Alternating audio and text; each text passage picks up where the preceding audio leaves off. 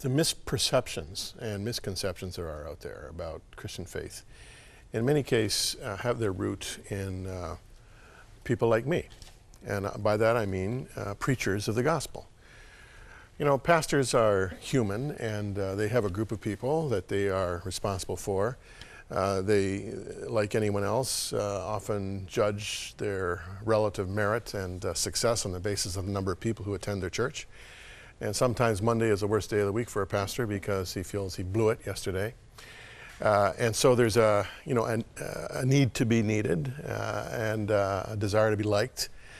And this filters into the presentation of the gospel.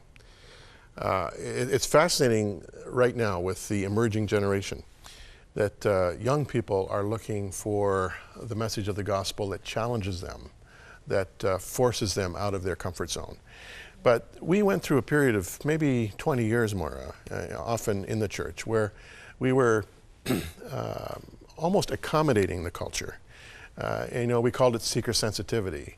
We dumbed down the gospel to the lowest common denominator, to the point where it had no appeal in terms of change of life, transforming of mind, risking, if you will, of security for the bigger picture. None of that was there. It was powerless. And it was really, in many ways, fulfilling Paul's words when he talked about the end of days, when he said they'll have a form of godliness but deny the power of it. Mm-hmm.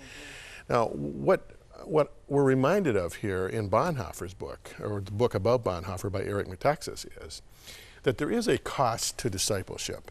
And if you are a follower of the Christ, you are embracing a worldview that may see you despised and rejected of men, that may see you, in fact, disenfranchised by the culture, even by some of those closest to you.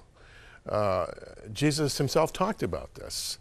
The challenge of following the Lord is a huge challenge. It is called discipleship.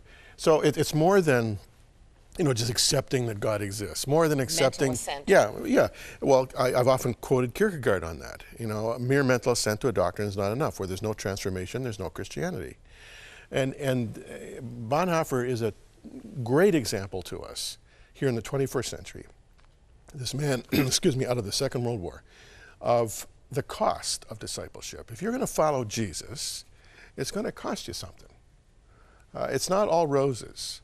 In fact, there's going to be aspects to the worldview that following Christ brings that are going to grate and aggravate and challenge you all of your life. And so, I'm first and foremost a preacher. That's what I have always done, and that's what I love doing the most.